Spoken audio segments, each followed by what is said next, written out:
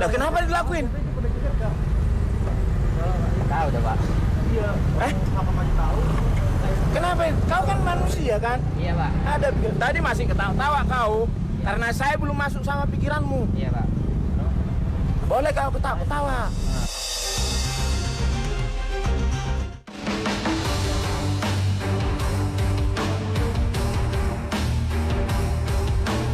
Ada misteri apa di balik lapisan langit yang diriwayatkan dalam Al-Quran?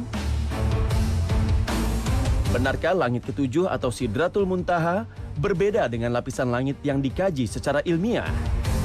Langit seolah menjadi bahagian dari makhluk Allah yang memberikan perlindungan kepada para nabinya. Kenapa? Karena ada kisah seorang nabi yang kala itu mendapatkan perlawanan dari musuh-musuhnya. Akhirnya Allah lindungi dengan langit. Lalu benarkah kelak Ka'bah akan menyambut kedatangan Al-Mahdi? Saksikan pembahasan lengkapnya dalam Islampedia The Untold Story bersama Ustadz Arifin Nugroho.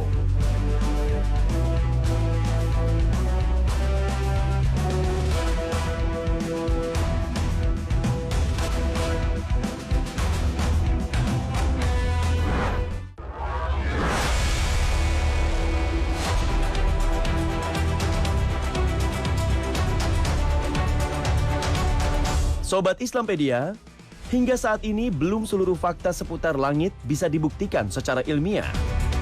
Semua atas kuasa Allah Subhanahu wa Ta'ala dengan sejuta misterinya. Karena dengan cara itu akan membuat manusia terus belajar dan berkembang pola pikirnya. Allah Subhanahu wa Ta'ala menciptakan langit dan bumi selama 6 masa. Jumhur ulama menyebutnya selama 6 hari. Sebagaimana firman Allah Ta'ala, "Sesungguhnya Tuhan kamu ialah Allah yang telah menciptakan langit dan bumi dalam 6 masa. Lalu dia bersemayam di atas arsy. Dia menutupkan malam kepada siang yang mengikutinya dengan cepat. Dan diciptakannya pula matahari, bulan, dan bintang-bintang. Masing-masing tunduk kepada perintahnya. Ingatlah, menciptakan dan memerintah hanyalah hak Allah. Maha suci Allah, Tuhan semesta alam." Quran Surah Al-A'raf ayat 54.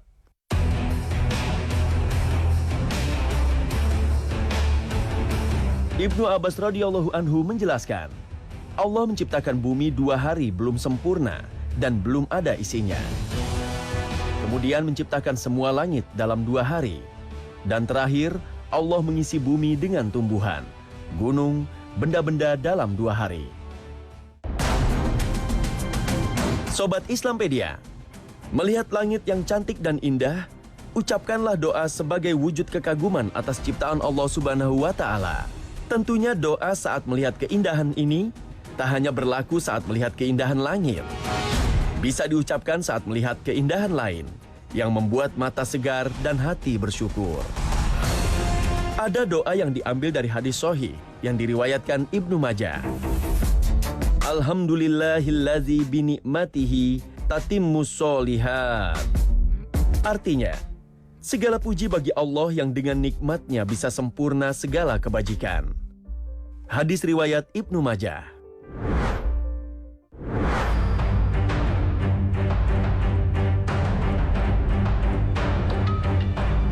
Sobat Islampedia, berbagai bentuk usaha dilakukan manusia untuk bisa mencapai langit. Ilmuwan NASA, Badan Antariksa Amerika Serikat pun sudah menghitung. Jarak antara bumi dengan bulan mencapai 384.400 km. Jarak ini masih terhitung dekat. Bahkan beberapa kali misi manusia mencapai bulan sudah terpenuhi. Ilmuwan pun juga bisa menghitung jarak antara bumi dengan matahari sebagai pusat tata surya, yaitu 150 juta kilometer. Bahkan pesawatan buatan manusia pun sudah bisa mendekati lidah matahari. Namun, belum ada yang bisa menghitung jarak antara bumi dengan langit. Ya, langit memang bagaikan misteri yang selalu menarik untuk diamati.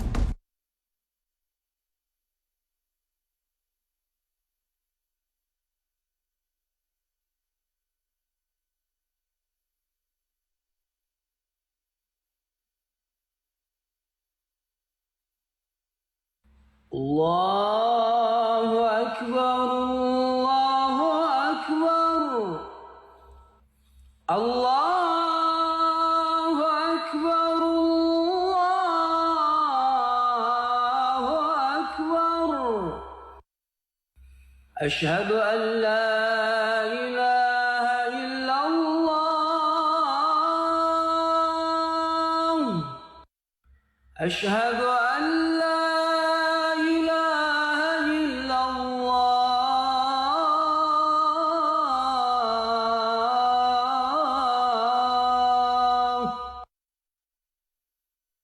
Asyhadu anna Muhammadar Rasulullah.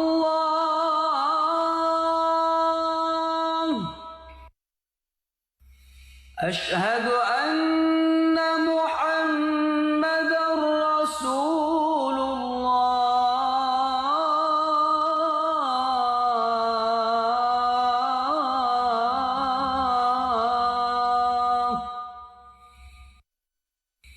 Hayya 'ala shalah.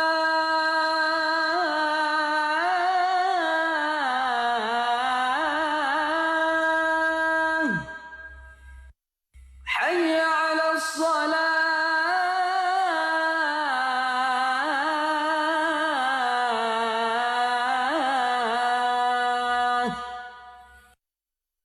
Hayya 'alal falah.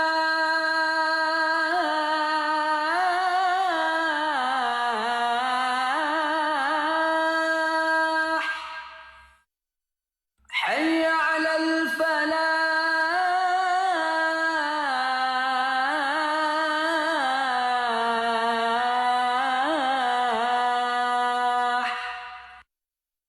As-salatu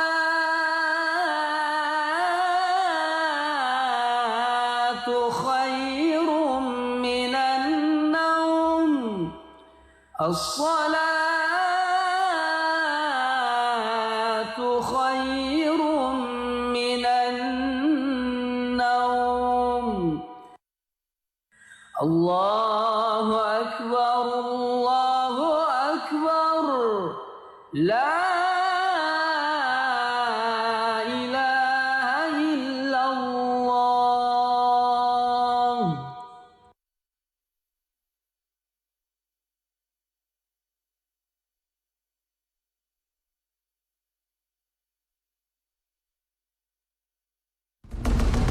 Dari Abbas bin Abdul Muthalib berkata, kami bermajelis bersama Rasulullah Shallallahu Alaihi Wasallam di Al-Bata. Beliau Shallallahu Alaihi Wasallam bertanya, apakah kalian tahu berapa jarak antara langit dan bumi? Kami menjawab, Allah dan Rasulnya lebih mengetahui. Beliau Shallallahu Alaihi Wasallam berkata, jaraknya adalah sejauh perjalanan 500 tahun. Jarak antara langit yang satu dengan langit berikutnya adalah sejauh perjalanan 500 tahun juga. Tebal langit adalah sejauh perjalanan 500 tahun. Di atas langit ketujuh, ada lautan yang jarak antara dasar dengan permukaannya adalah sebagaimana jarak bumi dan langit. Lalu di atasnya lagi, ada 8 penyangga yang jarak antara ujung dengan pangkalnya seperti jarak antara langit dan bumi. Di atasnya lagi ada Arsy, yang jarak antara dasar dan permukaannya adalah seperti jarak antara langit dan bumi. Allah Tabaraka wa Ta'ala berada di atasnya. Tidak ada satu amal pun yang dilakukan oleh keturunan Adam yang tersembunyi darinya. Hadis riwayat Ahmad.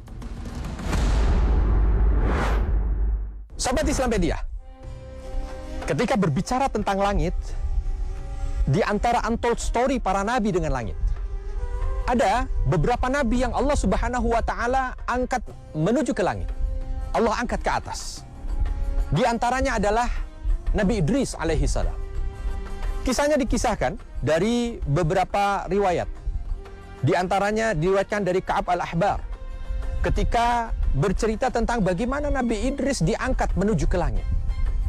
Saat itu Nabi Idris alaihi salam ketika diangkat oleh Allah Subhanahu wa Ta'ala menjadi nabi, maka beliau disampaikan oleh Allah Subhanahu wa Ta'ala bahwa setiap hari dari amal ibadah yang dikerjakan oleh Nabi Idris alaihi salam akan diangkat ke hadapan Allah Subhanahu wa Ta'ala dan akan diberikan balasannya. Lalu Nabi Idris alaihi salam kala itu mohon kepada Allah, ya Rabb, kalau begitu biarkan setiap hari aku diberi kesehatan sehingga aku bisa beramal soleh, sehingga amal solehku ini sampai di hadapanmu.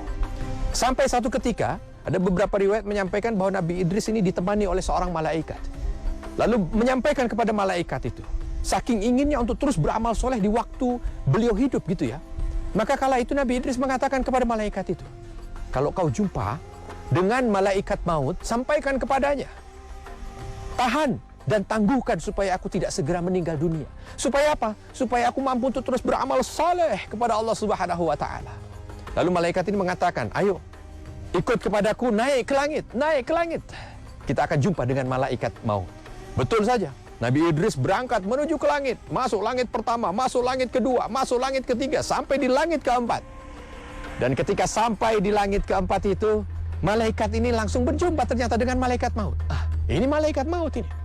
Maka malaikat ini tadi langsung datang kepada malaikat maut dan mengatakan, "Wahai malaikat maut, ada seorang hamba yang bernama Idris, minta agar kematiannya bisa ditangguhkan." Malaikat maut ini kaget, di mana Idris? Kenapa kau berbicara tentang Idris? Di mana Idris? Ya. Kenapa? Karena sesungguhnya aku diperintahkan oleh Allah Subhanahu wa taala untuk mencabut nyawa Idris di langit keempat. Tapi aku bingung ketika mendapatkan perintah itu, bagaimana aku mencabut nyawa seorang manusia yang tinggal di atas muka bumi. Lalu malaikat itu mengatakan, sungguh takdir Allah telah berlaku, Idris aku bawa kemari. Sehingga Allah Subhanahu wa taala dengan takdirnya, malaikat maut mencabut nyawa Nabi Idris di langit keempat.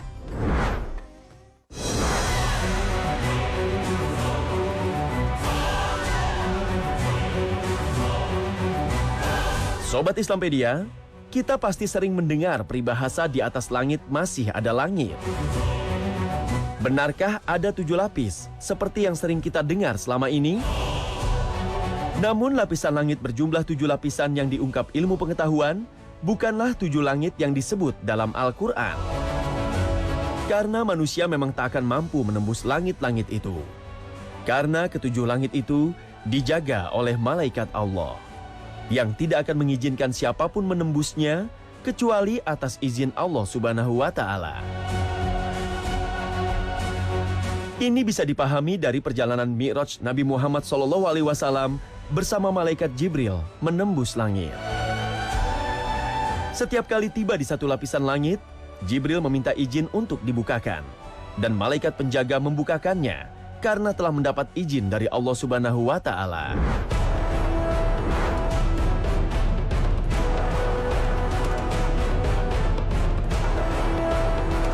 Tujuh lapisan langit ternyata sudah disebutkan dalam Al-Quran sebelum munculnya penelitian secara ilmiah. Bukan suatu hal yang kebetulan, namun begitulah ketetapan Allah Subhanahu wa taala. Dan Allah lah yang menggerakkan hati serta pikiran para ilmuwan untuk menemukan faktanya. Penjelasan tentang 7 langit sebenarnya disebutkan dalam banyak ayat Al-Quran. Salah satunya adalah ada pada surat Al-Mulk ayat 3, yang artinya, yang telah menciptakan 7 langit berlapis-lapis. Kamu sekali-kali tidak melihat pada ciptaan Tuhan yang Maha Pemurah sesuatu yang tidak seimbang. Maka lihatlah berulang-ulang. Adakah kamu lihat sesuatu yang tidak seimbang? Surah Al-Mulk ayat 3. Ya, jelas tertulis pada ayat tersebut, dikatakan bahwa langit memiliki banyak lapisan. Lapisan tersebut bahkan dapat berdiri kokoh tanpa ada tiang-tiang yang menyangganya, atau tali-tali yang mengikatnya agar tidak berpindah-pindah atau bergeser. Padahal, lapisan langit ini melayang-layang di tengah-tengah jagat raya. Hal ini juga dijelaskan dalam Al-Quran. Allah Subhanahu wa taala berfirman, Dia menciptakan langit tanpa tiang yang kamu melihatnya. Surah Luqman ayat 10. Allah Subhanahu wa taala menciptakan langit 7 lapis dengan sangat sempurna. Dan masing-masing lapisan mereka saling berkaitan satu sama lain, saling melindungi dan menguntungkan untuk makhluk hidup yang ada di bumi. Dialah Allah yang menciptakan segala apa yang ada di bumi untukmu. Kemudian Dia menuju ke langit. Lalu Dia menyempurnakannya menjadi 7 langit. Dan Dia Maha mengetahui segala sesuatu. Quran Surah Al-Baqarah ayat 29.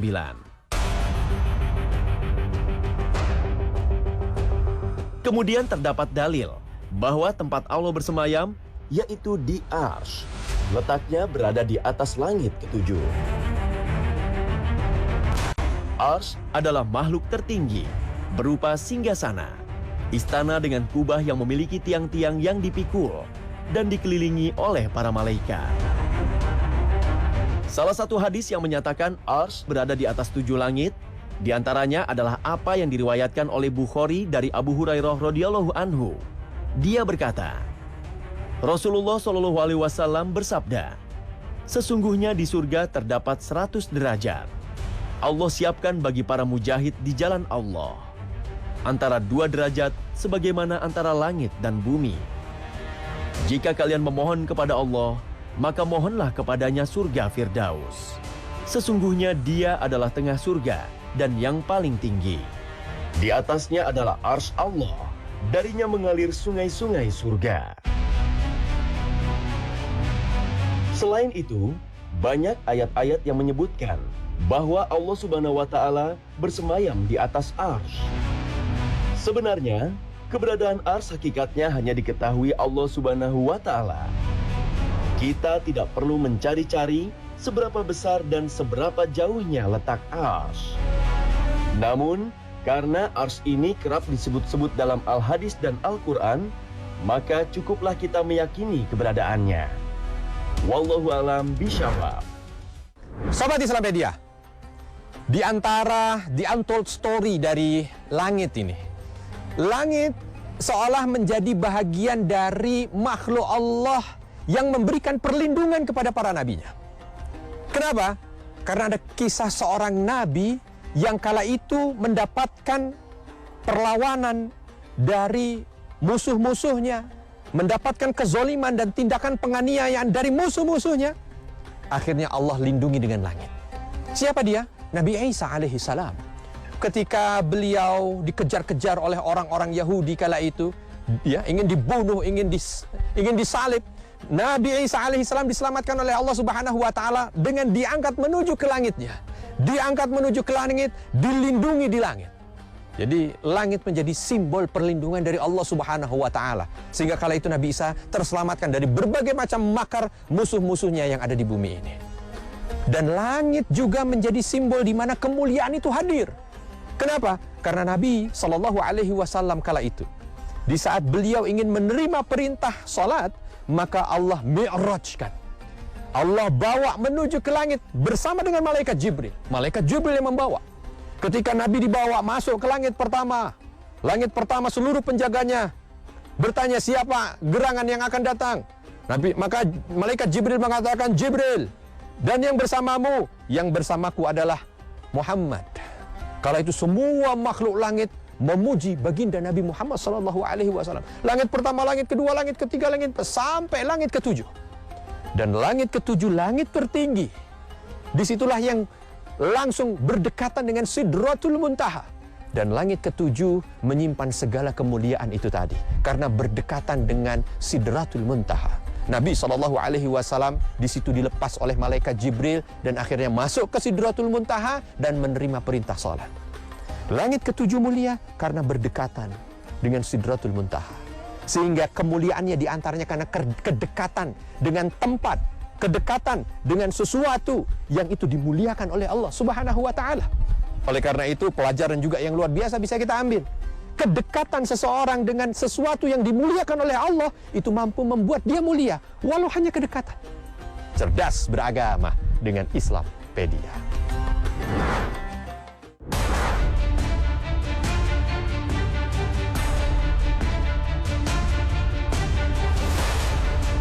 Sobat Islampedia, salah satu waktu mustajab untuk sebuah doa dikabulkan dikatakan adalah saat pintu-pintu langit dibuka. Kapankah itu? Berdasarkan keterangan dari Nabi SAW, pintu-pintu langit itu terbuka pada saat-saat tertentu. Pertama, sebelum zuhur. Berdasarkan sabda Rasulullah SAW, Sesungguhnya pintu-pintu langit dibuka hingga tergelincir matahari dan tidaklah tertutup hingga sholat zuhur. Maka aku ingin saat itu yang naik bagiku adalah suatu kebaikan. Sahih At-Targhib 584. Itulah mengapa kita dianjurkan sholat 4 rakaat qobliyah zuhur. Nabi bersabda, 4 rakaat sebelum zuhur tanpa salam, di antara rakaat-rakaatnya, maka terbukalah pintu-pintu langit. Sahih Al-Jami. Kemudian saat dikumandangkannya azan, termasuk waktu dibukanya pintu-pintu langit. Nabi SAW mengabarkan dalam sabdanya, apabila seorang muazin mengumandangkan azan, maka terbukalah pintu-pintu langit dan dikabulkanlah doa. Sahih Al-Jami 803. Lalu saat doa iftitah atau pembuka dalam sholat sebelum membaca Al-Fatihah. Hal ini pernah disebutkan seorang sahabat Nabi SAW yang mengatakan, ketika kami melaksanakan sholat bersama Rasulullah SAW, lalu ada seseorang yang mengucapkan doa, Allahu Akbar kabiro, walhamdulillahi katsiro, wa subhanallahi bukrata wa asila. Ketika selesai sholat, Nabi SAW bertanya pada sahabat-sahabatnya yang makmum di belakang Nabi, siapakah yang mengucapkan kalimat ini dan itu? Lalu orang itu berkata, saya wahai Rasulullah SAW. Maka Nabi SAW bersabda, aku tertegun dengannya, dan pintu-pintu langit pun terbuka. Ketika mendengar perkataan Nabi ini, Ibnu Umar mengatakan, aku tidak pernah meninggalkan kalimat-kalimat itu sejak mendengar sabda Rasulullah ini. Hadis riwayat Muslim. Memang tidak ada keterangan apakah terbukanya pintu langit itu maksudnya adalah langit pertama, kedua, atau ketiga, atau seluruh pintu langit yang berjumlah 7 itu, atau hanya 1 pintu langit. Wallahu a'lam.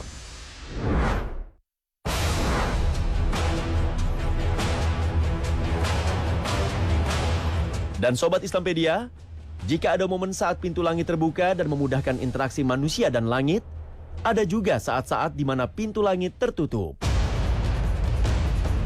Jika seorang hamba melaknat sesuatu, maka laknat itu akan naik ke langit, dan tertutuplah pintu-pintu langit. Kemudian laknat itu akan turun lagi ke bumi, namun pintu-pintu bumi telah tertutup. Laknat itu kemudian bergerak ke kanan dan ke kiri. Jika tidak mendapatkan tempat berlabuh, ia akan menghampiri orang yang dilaknat jika layak dilaknat. Namun jika tidak, maka laknat itu akan kembali kepada orang yang melaknat. Sunan Abu Daud 4259. Pintu-pintu langit akan ditutup untuk orang-orang yang melaknat atau mengecam sesuatu. Apalagi yang ia kecam adalah orang tuanya sendiri. Astagfirullah. Sobat Islampedia, ketika langit ini Allah ciptakan, di antara fungsinya adalah bagaimana mampu untuk bisa membuat hambanya ini menjadi ulul albab. Inna fi khalqis samawati wal ard wa ikhtilafil laili wan nahar la ayatil liulil albab. Sesungguhnya dalam penciptaan langit dan bumi, pergeseran pergantian antara malam dan siang, siang dan malam, ada ayat untuk bisa menjadikan orang itu menjadi ulul albab. Apa itu ulul albab? Mereka-mereka yang menggunakan akal dan fikirannya untuk berfikir, dan fikirannya yang dihasilkan mampu meningkatkan keimanan. Oleh sebab itu sahabat, langit bukan hanya sekedar untuk dinikmati, langit bukan hanya sekedar untuk dilihat, langit bukan hanya sekedar untuk diteliti, tapi langit lebih untuk difikirkan. Dan lebih dari itu, apa hasil dari pemikiran kita itu mampu untuk bisa meningkatkan keimanan kita kepada Allah Subhanahu wa Ta'ala. Cerdas beragama dengan Islampedia. Al-Mahdi itu merupakan bahagian daripada keluarga Nabi SAW. Kita lihat siapa yang mengaku itu. Nasabnya sampai tidak kepada Nabi.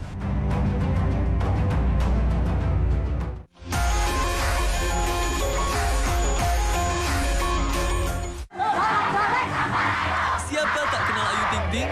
Si biduan cantik dari negeri Depok. Dan ayah Ojat yang kefamousannya tersebar ke seluruh seluruh Nusantara. Maling, maling! Kocak dan kompaknya mereka gak ada obatnya. Punya orang berarti itu. Ayah dan Ayu, setiap Sabtu jam 8 pagi. Ini baru Trans 7. Hai bos. Mengupas serunya berbisnis dengan cuan yang menjanjikan. Anti mainstream, unik dan kekinian. Pembuatannya memerlukan waktu dan skill. Modal tak seberapa, hasilnya luar biasa. Adanya bisnis tuh kalau ada permasalahan kan, nah kita datang buat kasih solusi. Semua ada dan bisa. Cuan Bos, setiap Sabtu dan Minggu jam 12 siang. Ini baru Trans 7.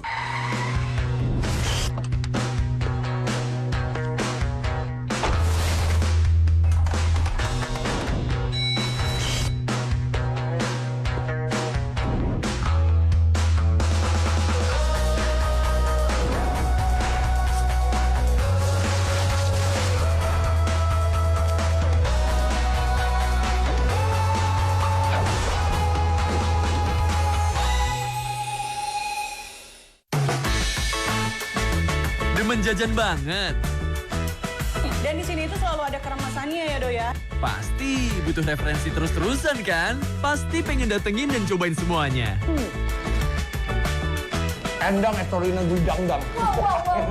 Enaknya nendang. Rasanya nggak pernah receh. Makan receh. Setiap Senin sampai Jumat jam 4.15 sore. Setiap Sabtu dan Minggu jam 4 sore. Ini baru Trans 7. Belanja seru weekend ini di Transmart dijamin pasti lebih murah. Minyak goreng camar atau Harumas 2 liter 33.900, Soklin pewangi 28.300, Mama Lemon 7.920, Ice Cream Diamond 19.710, Kecap Manis Bango 19.980. Ada yang lebih murah, kami ganti 2 kali selisihnya. Dapatkan juga diskon 10% setiap hari menggunakan Alo Prime atau Bank Mega. Indonesia menggapai dunia dengan keindahannya yang terancang sempurna. Mahakarya Sang Pencipta, Peradaban Nusantara, menyampaikan cerita bangsa tentang tanah surgawi. Gemah Ripah Loh Jinawi. Ragam Indonesia, setiap Senin sampai Jumat jam 5.15 pagi. Ini baru Trans 7. Selamat makan. Enak lu. Makan ini, makan itu, makan yang enak-enak melulu. Benar enak banget deh. Manis banget lu. Kenta emang selalu bikin nafsu kalau lagi review makanan baru.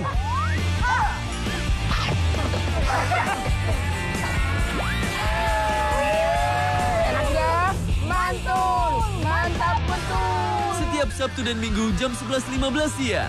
Ini baru Trans 7. Tolong teman-teman kalau nanti timnya Vicky menang, Bu Cantika jangan dikasih apa-apa ya. Karena kerjanya cuma ya mau main apa enggak. Pak Denny, Kok saya bingung mulu sampai nggak tahu. Gak apa-apa. Oke coba, Mas Arya. Oke, woi. Arisan, setiap Senin sampai Jumat jam 8:30 malam. Ini baru Trans 7.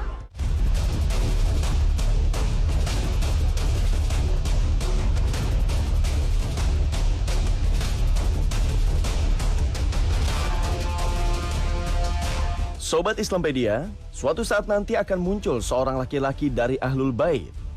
Dan Allah Subhanahu wa Ta'ala memberi kekuatan kepadanya agama Islam dengannya. Dia memerintah selama 7 tahun, memenuhi dunia dengan keadilan dan meruntuhkan dinasti kezaliman yang sebelumnya berjaya. Umat di zamannya akan diberikan kenikmatan yang belum pernah diberikan kepada selainnya. Bumi mengeluarkan tumbuh-tumbuhannya, langit menurunkan hujan, dan umat akan dilimpahkan harta yang banyak. Sobat Islampedia, dialah Al-Mahdi. Gelar Al-Mahdi disematkan karena sang tokoh besar selalu mendapatkan petunjuk dan bimbingan dari Allah Subhanahu wa Ta'ala. Sebagian ulama seperti Al-Asfaraini, Ibnu Hazm, dan Ibnu Taimiyah menambahkan gelar Al-Muntazar atau yang ditunggu karena kehadirannya sangat dinantikan umat manusia. Lalu benarkah Al-Mahdi sudah muncul?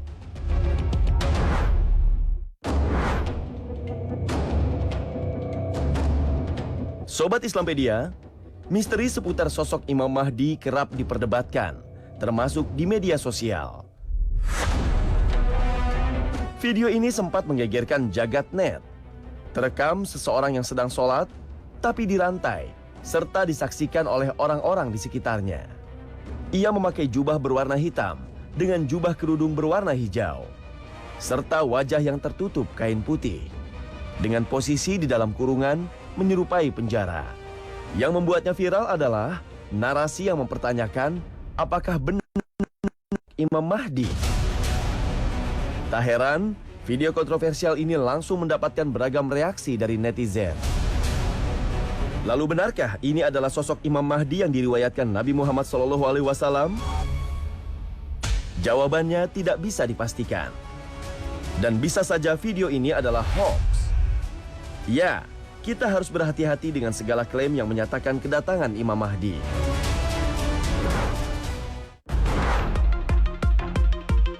Sahabat Islampedia, Al-Mahdi atau dikenal dengan Imam Mahdi sejatinya adalah sebuah gelar yang diberikan kepada seseorang yang diberi petunjuk oleh Allah yang dipilih sebagai pemimpin umat di akhir zaman. Kedatangan Imam Mahdi di akhir zaman juga sudah disampaikan oleh Nabi SAW yang diriwayatkan oleh Imam Muslim dan Ahmad. Pada akhir zaman akan muncul khalifah yang berasal dari umatku, yang akan melimpahkan harta kekayaannya selimpah-limpahnya, dan ia sama sekali tidak akan menghitung-hitungnya. Hadis riwayat Imam Muslim dan Ahmad.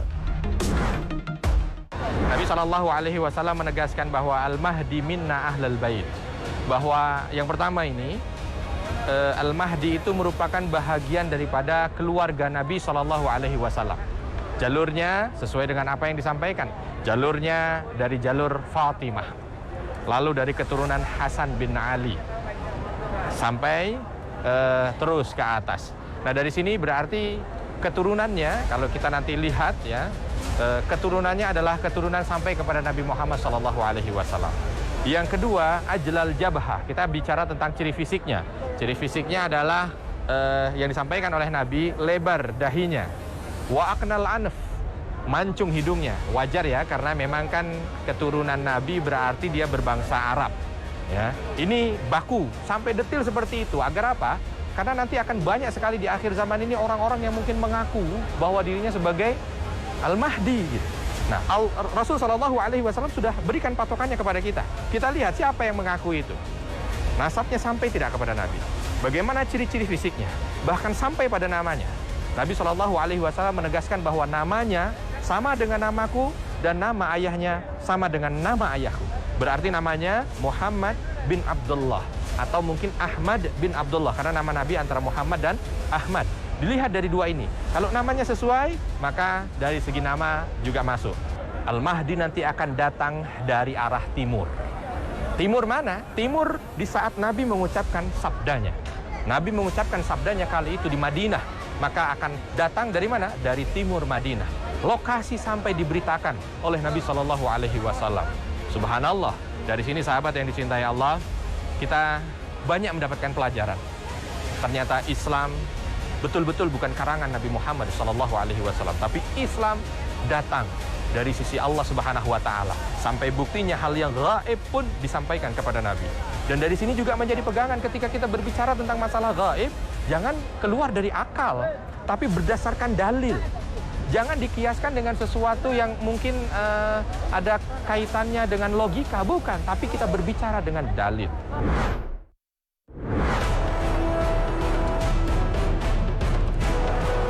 Sobat Islampedia, kemunculan Imam Mahdi di bumi bukanlah karena kemauan Imam Mahdi itu sendiri, melainkan karena takdir Allah yang pasti berlaku. Bahkan seseorang yang terpilih sebagai Imam Mahdi pun tidak akan menyadarinya sebelum Allah Subhanahu wa Ta'ala mengisahkannya pada suatu malam, seperti yang disebutkan dalam sebuah hadis. Al-Mahdi berasal dari umatku yang akan diislahkan oleh Allah dalam suatu malam. Hadis riwayat Ahmad dan Ibnu Majah. Sobat Islampedia yang dicintai Allah, Lalu apa sajakah yang sekiranya menandai kedatangan Imam Mahdi itu? Menurut hadis yang diriwayatkan oleh Imam Ahmad, Rasulullah SAW pernah bersabda, "Aku kabarkan berita gembira mengenai Al-Mahdi yang diutus Allah ke tengah umatku. Ketika banyak terjadi perselisihan antar manusia dan gempa bumi, ia akan penuhi bumi dengan keadilan dan kejujuran, sebagaimana sebelumnya dipenuhi dengan kesewenang-wenangan dan kezaliman." Hadis riwayat Ahmad. Imam Mahdi akan datang setelah terjadinya perselisihan yang berkepanjangan akibat dari kematian salah seorang pemimpin dunia. Beliau akan dibaiat di hadapan Ka'bah sebelum memimpin umat muslim menegakkan keadilan di negeri Kufah di akhir zaman.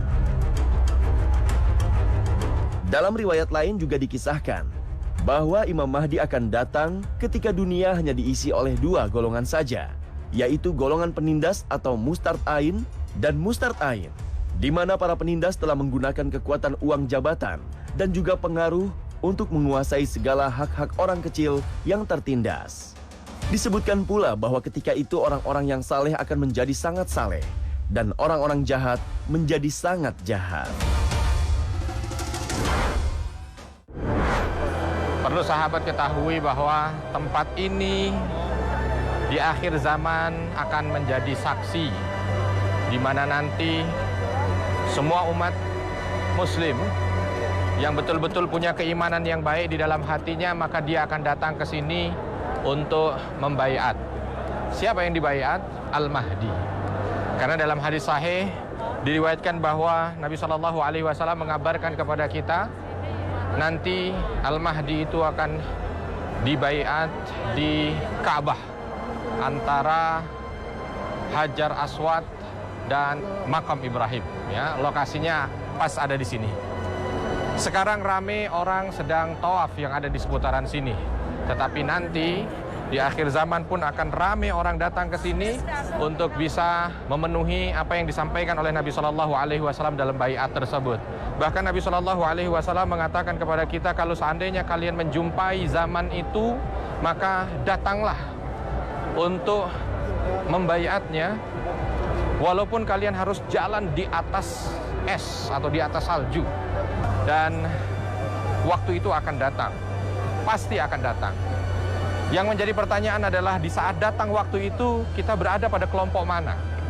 Pada kelompok yang diberikan kekuatan oleh Allah untuk bersama dengannya, ataukah kita justru menjadi musuhnya? Nah, itu yang harus sama-sama menjadi perhatian kita bersama saat ini. Bukan besok. Bukan yang telah lalu, tapi sekarang. Kalau ternyata kejadian yang disampaikan oleh Nabi SAW, dan ini bukan ramalan, pasti akan terjadi. Saat itu terjadi, kita pada posisi yang mana? Alangkah bahagianya ketika kita berada pada posisi orang yang bersama dengan Al-Mahdi. Tapi alangkah sedihnya kalau seandainya kita saat itu justru ditolak oleh Al-Mahdi untuk bisa bergabung dengan pasukannya di bawah panji hitam. Sahabat yang dicintai Allah, dari tempat ini yang akan menjadi saksi sejarah kejadian akhir zaman, saya memotivasi diri saya pribadi dan kita bersama, mari kita menjadi muslim-muslim sejati yang mampu untuk menjadi hamba Allah yang hakiki, sehingga nanti di akhir zaman kita mampu menjadi bahagian orang-orang istimewa yang Allah pilih untuk menjadi orang terbaik di saat ini. Sobat Islampedia yang dicintai Allah, Allah Subhanahu wa Ta'ala akan melimpahkan keberkahan dan kemuliaan kepada kekhalifahan Imam Mahdi di akhir zaman. Di antaranya dengan kemakmuran bumi dan juga kejayaan umat muslim di masa itu. Seperti sabda Rasulullah SAW yang diriwayatkan oleh Al-Hakim. Muncul di akhir umatku Al-Mahdi. Allah menyiraminya hujan sehingga bumi mengeluarkan tanamannya. Ia membagi harta secara merata. Binatang ternak semakin banyak. Umat pun menjadi besar. Ia hidup selama 7 tahun atau 8 tahun. Hadis riwayat Al-Hakim. Disebutkan pula dari Abu Sa'id Al-Khudri radhiyallahu anhu bahwa Rasulullah SAW bersabda, akan ada pada umatku Al-Mahdi. Jika masanya pendek, ia memerintah selama 7 tahun. Jika tidak, maka 9 tahun. Pada masa itu, umatku akan mendapatkan kenikmatan yang belum pernah mereka rasakan sebelumnya. Mereka akan memperoleh banyak makanan, dan mereka tidak akan menyimpannya pada saat itu. Harta begitu melimpah. Ada seseorang yang mengatakan, "Wahai Imam Mahdi, beri aku sesuatu." Lalu beliau mengatakan, "Ambillah." Abu Sa'id Al-Khudri radhiyallahu anhu. Demikianlah janji Allah Subhanahu wa taala yang telah disampaikan melalui Nabi SAW bahwa kedatangan Imam Mahdi akan membawa kebaikan bagi umat manusia di bumi ini. Imam Mahdi akan menjadi panglima perang umat Islam di akhir zaman yang mengajak seluruh kaum muslimin memerangi Mulkan Jabrian atau para penguasa zalim yang ada di muka bumi. Dan dari peperangan yang dipimpinnya itu, Allah Subhanahu wa taala telah menjanjikan kemenangan demi kemenangan. Kalian perangi Jazirah Arab, dan Allah beri kalian kemenangan. Kemudian Persia, dan Allah beri kalian kemenangan. Kemudian kalian perangi Rum, dan Allah beri kalian kemenangan. Kemudian kalian perangi Dajjal, dan Allah beri kalian kemenangan. Hadis riwayat Muslim. Perlu kita ketahui sahabat bahwa Rasul Shallallahu Alaihi Wasallam juga sudah mengabarkan kepada kita perihal tentang sosok yang akan hadir di akhir zaman ini. Apa saja yang disampaikan oleh Nabi Shallallahu Alaihi Wasallam? Nabi Shallallahu Alaihi Wasallam menyampaikan bahwa di saat itu Allah Subhanahu Wa Taala memberikan banyak sekali naungan kebaikan. Diberikan limpahan keberkahan dari langit. Di saat itu juga Allah Subhanahu wa taala memberikan kebaikan dari dalam bumi dengan tumbuhnya berbagai macam tumbuhan. Ya. Lalu di saat itu juga keadaan dunia dalam keadaan yang melimpah ruah secara kekayaan. Beliau sendiri diberikan kekayaan yang luar biasa. Dalam beberapa riwayat disampaikan ketika ada datang orang kepada beliau lalu meminta sesuatu, maka diberikan kepadanya dan pemberian itu berlimpah sekali. Itulah keutamaan yang diberikan kepada Al-Mahdi. Lalu di samping itu juga kita bisa lihat bagaimana keadaan umat ini. Ta'zumul ummah. Kala itu umat dalam keadaan yang betul-betul mulia, diagungkan, tidak lagi dihina. Bahkan di saat itu juga dunia ini penuh dengan keadilan dan kebaikan. Disampaikan oleh Nabi, setelah dunia ini dipenuhi dengan berbagai macam keburukan dan kezaliman, datang beliau, lalu dunia ini dipenuhi dengan keadilan dan kebaikan. Kita bisa bayangkan betapa bahagianya manusia kita ketika berada pada masa itu. Betapa mulianya umat Islam ketika berada pada masa itu. Dan itulah keutamaan dan kemuliaan yang Allah berikan kepada umat Islam yang dipimpin oleh Al-Mahdi. Sahabat yang dicintai Allah, tetapi di akhir hadis tersebut Nabi Shallallahu Alaihi Wasallam menegaskan bahwa usia kepemimpinan beliau ini tidak lama. Maka keberadaan beliau menjadi pemimpin di muka bumi ini tidaklah lama. Hanya kisarannya 7 tahun sampai 9 tahun saja. Tapi di saat itu umat Islam betul-betul besar. Di saat itu umat Islam begitu mulianya. Bahkan kebaikan-kebaikan yang tadi disampaikan, yuskinlahul ghais, Allah akan memberikan kebaikan dari langit. Wa takhrujul ardu nabataha. Allah Subhanahu wa taala juga akan mengeluarkan berbagai macam bentuk kebaikan dari dalam bumi dan lain sebagainya. Dan mudah-mudahan ini menjadi bahagian renungan bagi kita agar kita mampu meningkatkan keimanan dan ketakwaan kita ketika kita mendengar tentang cerita-cerita akhir zaman, wabil khusus berkaitan dengan Al-Mahdi.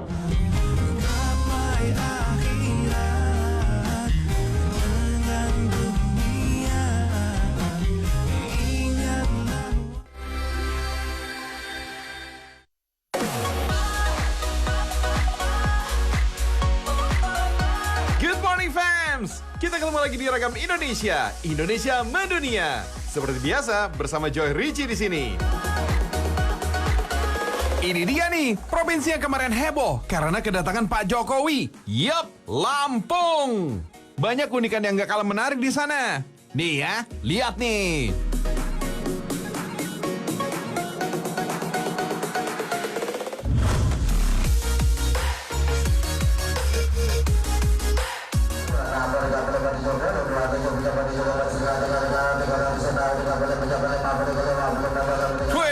Bukan lagi ngelantur, fams, apalagi main pantun. Cara bicara yang super duper cepat ini jadi ciri khas pelelangan